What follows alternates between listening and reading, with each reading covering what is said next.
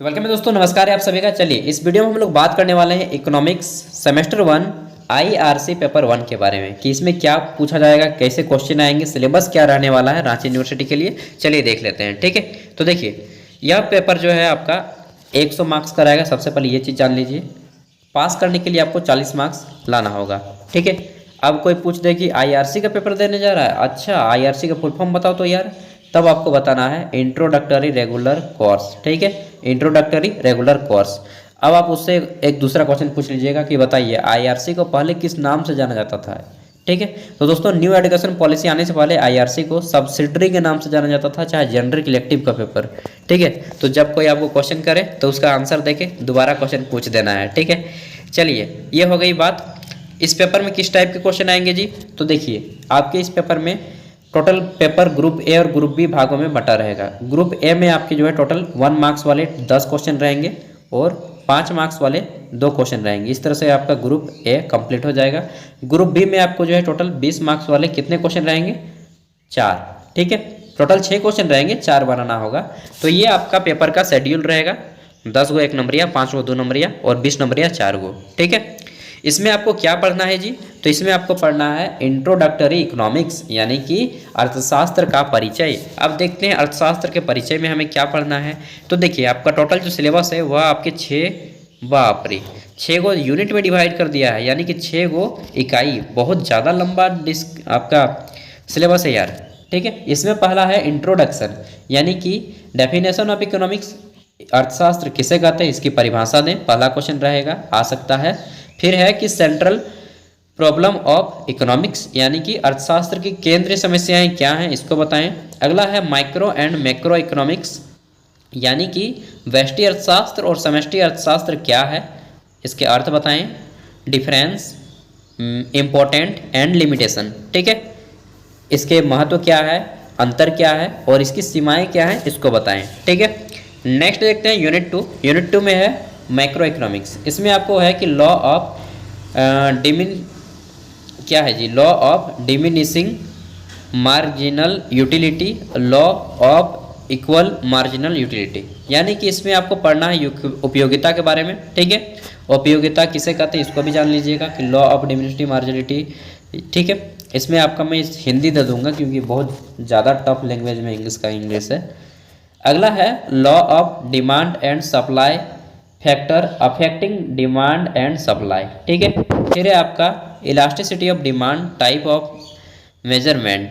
Next है आपका marketing equilibrium with the help of market demand and market supply. आपको समझ में नहीं आ रहा होगा, कोई बात नहीं, मैं वीडियो का डिस्क्रिप्शन में इसका हिंदी दे दूंगा, वहाँ से आप लोग हिंदी को पढ़ लीजिएगा, ठीक है। इसमें आपको मिक्रो इकोनॉमिक्स यानी कि व्यष्टि अर्थशास्त्र से क्वेश्चन आएंगे। फिर मैक्रो इकोनॉमिक्स यानी कि समष्टि अर्थशास्त्र, यार व्यष्टि किसको कहते हैं समष्टि किसको कहते हैं, ये मुझे भी यहाँ पे थोड़ा सा कन्फ्यूजन हो गया। चलिए कोई बात नहीं, यहाँ पे देखिए पढ़ना होगा नेशनल इनकम क्या है, राष्ट्रीय आय क्या है, ठीक है। डिफरेंस कॉन्सेप्ट, जो अलग अलग राजनीतिक शास्त्रियों ने कॉन्सेप्ट दिए उसको जानना होगा। अगला है मनी, पैसा क्या है, पैसा नहीं यार मुद्रा क्या है, पैसा वही है जो सबको नाच नचाता है, ठीक है। तो डेफिनेशन, मुद्रा क्या है, उसके क्या कार्य होते हैं, ऐसा क्वेश्चन आएगा। अगला है इन्फ्लेशन यानी कि मुद्रास्फीति क्या है, डेफिनेशन देना है इसका, मुद्रास्फीति क्या है। Cost plus and demand pull inflation, ठीक है। अगला है commercial and central bank definition and function, ठीक है। कॉमर्शियल बैंक क्या है, वाणिज्यिक बैंक जिसको बोलते हैं, केंद्रीय बैंक क्या है, इसकी परिभाषा देना है, उसके कार्यों को बताना है। अगला है monetary and fiscal policies meaning and objective. तो ये हो गया आपका यूनिट 3। अब देखिए यूनिट 4 में आपका क्वेश्चन क्या आएगा। यूनिट 4 में है इंडियन इकोनॉमी, भारतीय अर्थव्यवस्था से रिलेटेड क्वेश्चन। इसमें है कि आपका sector growth of Indian economy, ठीक है। फिर है आपका large scale industries of India यानी कि भारत में जो बड़े पैमाने पे उद्योग हैं उसके बारे में जानना होगा।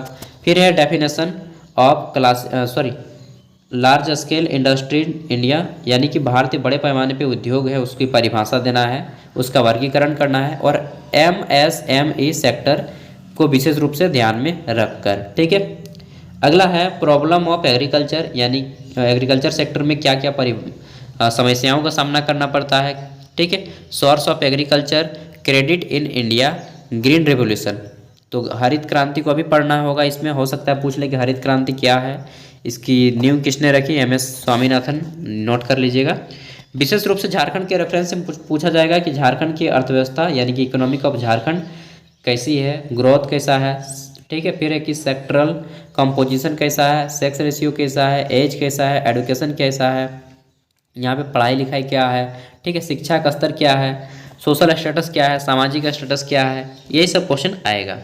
अगला है आपका अंतिम दो है, पहला है public finance and international trade, ठीक है।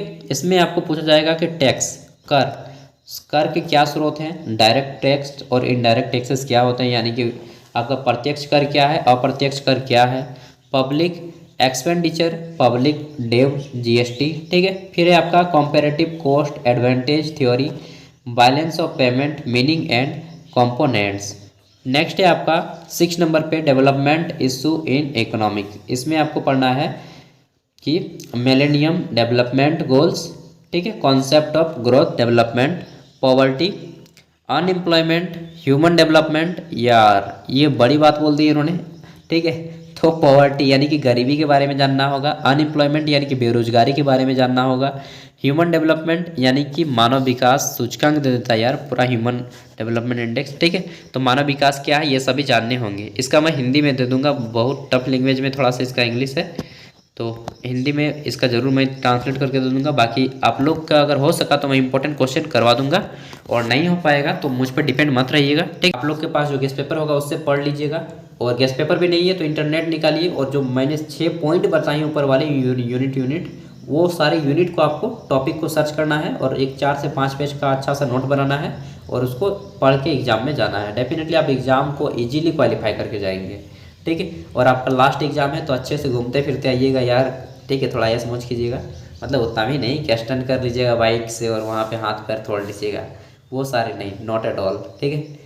तो आपको अच्छा से मतलब थोड़ा सा घूमिए, पार्क वर्क वगैरह, अभी घूमने का समय है, ठीक है। ऑल द बेस्ट, अच्छे से एग्जाम दीजिए। और क्या बताऊँ, एग्जाम कंप्लीट हो जाए तो आप हमें इस व्हाट्सएप नंबर पे अपना क्वेश्चन पेपर व्हाट्सएप कर दीजिएगा, जिससे मैं आने वाले फ्यूचर में जो आपके जूनियर बच्चे होंगे उनकी मैं हेल्प कर पाऊँ, ठीक है। तो देखते हैं आपका एग्ज़ाम, उम्मीद करता हूँ अच्छा रहेगा। Thank you. जो भी हो, अब अंत वाला तो सब वाला, ठीक है। बाय।